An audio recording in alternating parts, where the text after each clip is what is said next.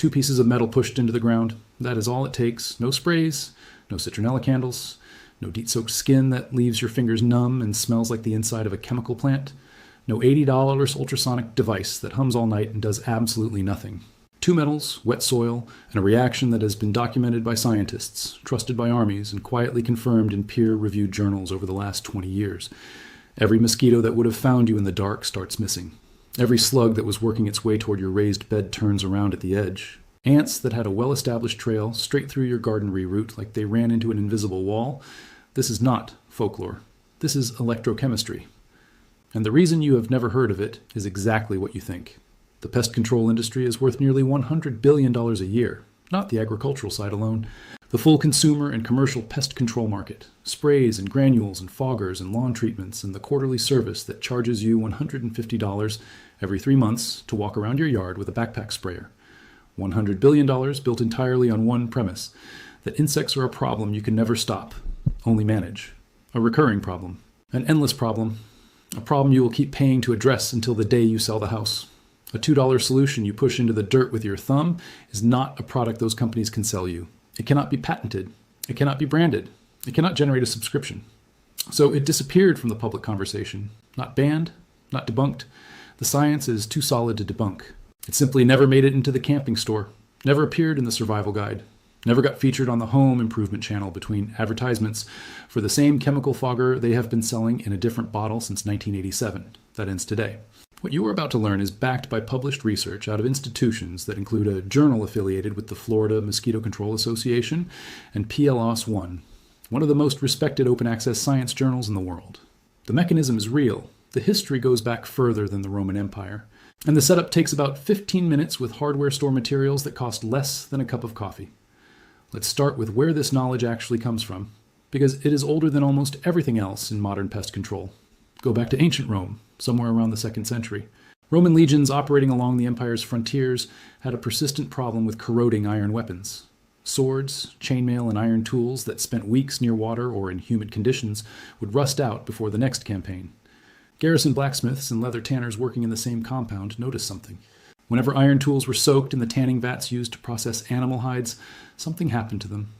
The iron did not just get preserved against rust. It came out of those vats tougher to corrode, and according to records from the Vindolanda fort near Hadrian's Wall, the treated metal seemed to deter the insects and vermin that would otherwise swarm around leather storage areas.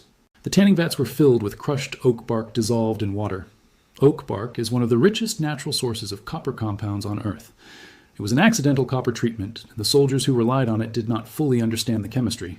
They only knew that the treated gear lasted longer and that the environment around the treated materials was noticeably cleaner. Sailors across the Mediterranean took it further. Long voyages required storing fresh water for months in confined spaces, and water stored in wooden or clay containers turned green and foul within weeks. But water stored in copper vessels stayed clean. Sailors did not know why. They just knew it worked. Greek physicians documented copper's use in wound treatment and water purification going back to at least 400 BC. The Romans built on that knowledge systematically. Copper pipes, copper cookware, copper vessels for storing drinking water throughout the empire. And everywhere, copper was in regular contact with water and organic matter.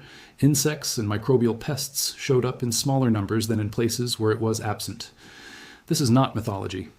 In 1893, a Swiss botanist named Karl Wilhelm von Nägeli formally documented and named what ancient civilizations had stumbled into by observation. He called it the oligodynamic effect, from the Greek meaning small force. The oligodynamic effect describes a phenomenon where certain metals, especially copper and silver, release ions into surrounding water and soil at concentrations so small they cannot be seen or tasted, but that are profoundly toxic and disruptive to microorganisms, fungi, and invertebrate pests. The ions attack biological membranes, interfere with enzyme systems, and disrupt the nervous signaling of insects at a cellular level. This is the same mechanism that makes copper pipes preferable to plastic in hospital plumbing. It is the same reason copper hospital door handles and bed rails showed significantly lower bacterial contamination rates in clinical studies conducted as recently as 2015. The effect is ancient, but the science explaining it is peer-reviewed and modern. Here is where it connects directly to insects and to the two-metal method. When you push copper into soil by itself, a small amount of oligodynamic ion release happens. Copper weathers slightly, ions leach into the surrounding moisture, and the local environment becomes hostile to soft-bodied insects and larvae. That is why copper tape around a garden pot deters slugs. The slug's moist body interacts with the copper surface, encounters a low-level galvanic charge, and experiences something their nervous system reads as a threat. Research published in multiple horticultural studies found that properly installed copper barriers turned back 80 to 90% of slug and snail test subjects in controlled trials. Copper coins, placed around ant trails, disrupt the pheromone, signaling that allows ant colonies to navigate, causing them to avoid the area without the ants being harmed. Copper alone does something real, but here is what nobody talks about. Copper alone releases ions slowly, passively. The effect is mild and localized. Push copper into wet soil next to zinc, connect the two with a wire, and something completely different happens. You have just built a galvanic cell. You have created a battery.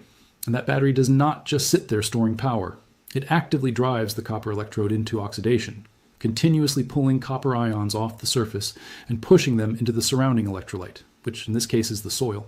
A galvanic cell between copper and zinc accelerates copper ion release dramatically compared to copper alone. You're not waiting for the metal to weather slowly. You are forcing a sustained electrochemical reaction that pumps copper ions into the soil around your setup continuously, as long as the soil stays moist. Researchers at the University of Warsaw published findings in 2016 and examining galvanic microcells using copper and zinc electrodes in growth media. The copper-zinc combination showed the strongest antifungal and antimicrobial activity of all 45 metal pairings they tested, not marginal improvement, the strongest. The paper, published in a journal of the National Institutes of Health, described what they called galvanic protection action and specifically identified the copper-zinc pairing as the most potent configuration for creating a biologically hostile ionic environment. The same mechanism that makes this combination so effective against microorganisms operates equally against soft-bodied insects and larvae, whose biology depends on the same enzyme systems and membrane functions that copper ions disrupt. Now look at what the mosquito research says, because this is the part the pest control industry most needs you to never find.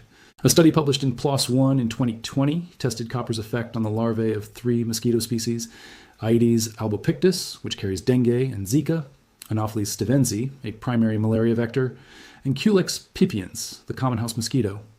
At concentrations of 0.60 parts per million, copper showed what the researchers described as a potent larvicide effect with a 100% larval mortality achieved within 14 days across all 3 species. At sublethal concentrations as low as 0.15 parts per million, the larvae that survived were smaller, less motile, and took significantly longer to mature into adults. That suppression of development matters. A mosquito that takes longer to reach breeding age and produces fewer viable offspring represents a dramatic reduction in local mosquito population over time. The researchers concluded that copper at concentrations well below 1 part per million was a cost-efficient and environmentally safe vector control strategy, and explicitly noted the potential for its application in standing water mosquito breeding sites. A galvanic copper-zinc cell in soil near a water feature, a bird bath, a pond edge, or a low-lying garden area continuously releases copper ions into the surrounding environment at exactly the concentrations these studies identified as biologically suppressive. You're not applying a chemical, you're creating a sustained electrochemical environment that mosquitoes and their larvae find inhospitable without any ongoing effort on your part.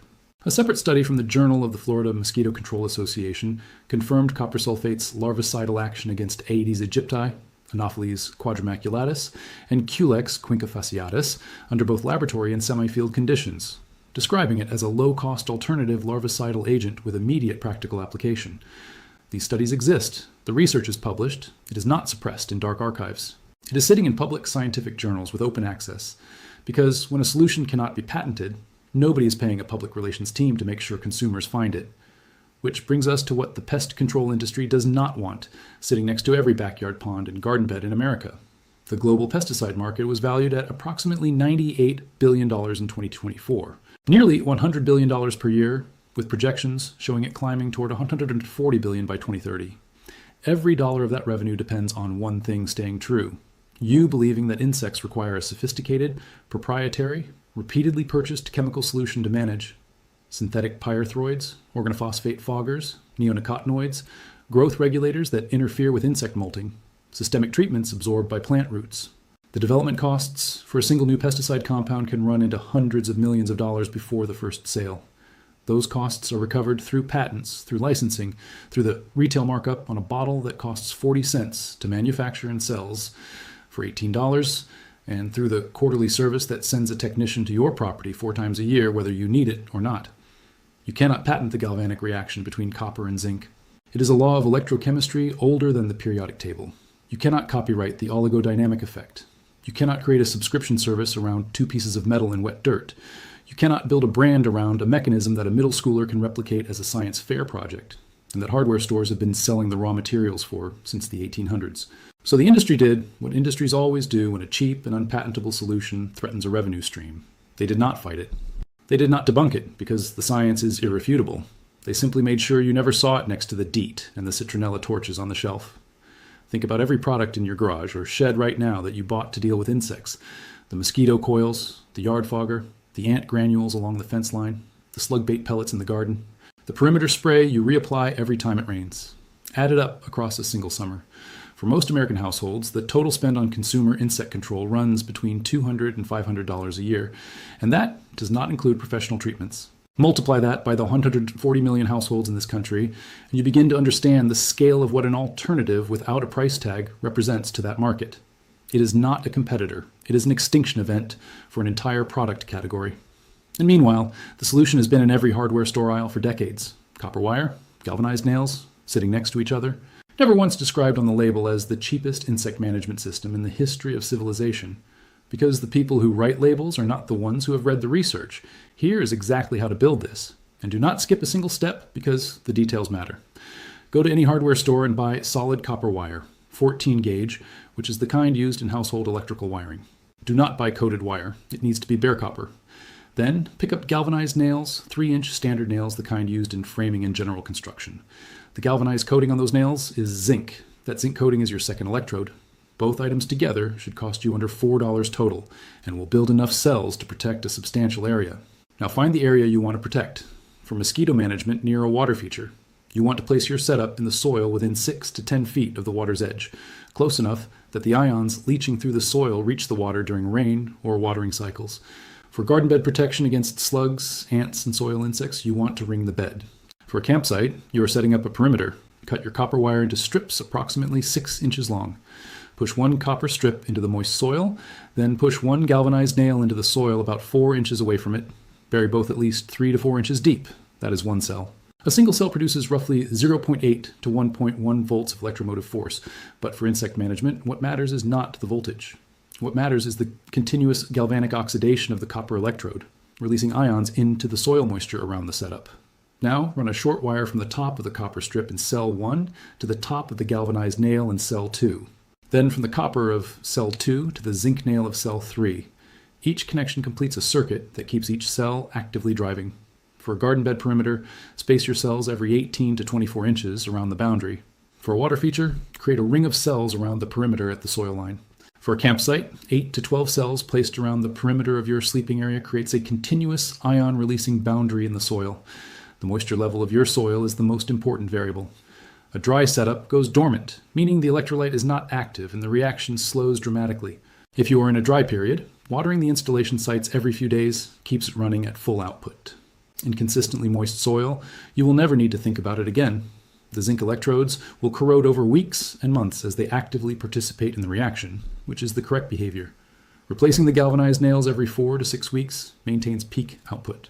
The copper wire, being the cathode in the galvanic cell, is drawn on far more slowly and may last a full season or longer before needing replacement. For protection of a standing water mosquito breeding site, place 4 to 6 copper-zinc cells in the soil immediately surrounding the water container or feature. The ions will leach into the water through soil runoff, and, if you are comfortable doing so, submerging a single short piece of bare copper wire directly in the water creates a direct oligodynamic effect on the water itself, exactly as documented in the peer-reviewed mosquito larvae research. You do not need the galvanic pairing for the water treatment. Copper alone in standing water at the concentrations released by a small strip of metal is sufficient to suppress larval development based on published research findings. For a raised garden bed, the combination of a soil perimeter of galvanic cells and a single ring of copper tape applied to the outside of the raised bed frame creates overlapping deterrent systems. The tape deters slugs and snails from crossing the physical surface of the bed wall. The soil cells create a hostile ionic environment in the surrounding ground that discourages ground nesting insects from establishing colonies adjacent to your plants. The combined cost of both systems for a standard 4 by 8 foot raised bed runs under $6 in materials. This is what they do not want you to picture.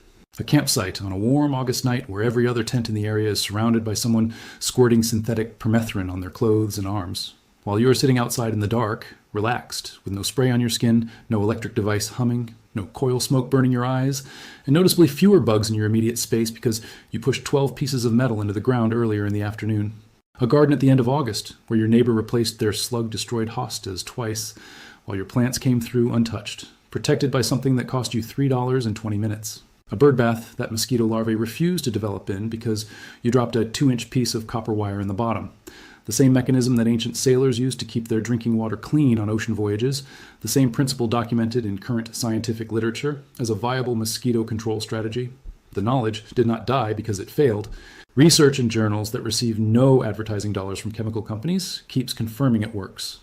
A 2020 PLOS ONE study confirmed it works on 3 different mosquito species. A 2016 NIH-indexed study confirmed the copper-zinc galvanic pairing is the most potent ion-releasing antimicrobial combination of any 2-metal system tested. Horticulturists documenting copper barriers have confirmed 80 to 90% slug deterrence in field conditions. The mechanism is understood, validated, and repeatedly confirmed. What was buried was not the research. What was buried was the awareness. Generation after generation of homeowners and campers and gardeners who grew up watching commercials telling them that pest control comes in a branded spray bottle with a warning label and a nozzle you replace when it clogs. That is not pest control. That is a subscription to a problem that a law of physics already solved. 2 different metals, wet soil. A reaction that has been happening spontaneously in the earth since before the first human drove the first copper spike into the ground. You cannot buy the Galvanic series from a corporation. You cannot subscribe to the oligodynamic effect. And now you cannot forget what you just learned. If this is the kind of thing they hope you never find out, subscribing is how you make sure you see it when it surfaces, because the next one goes even deeper.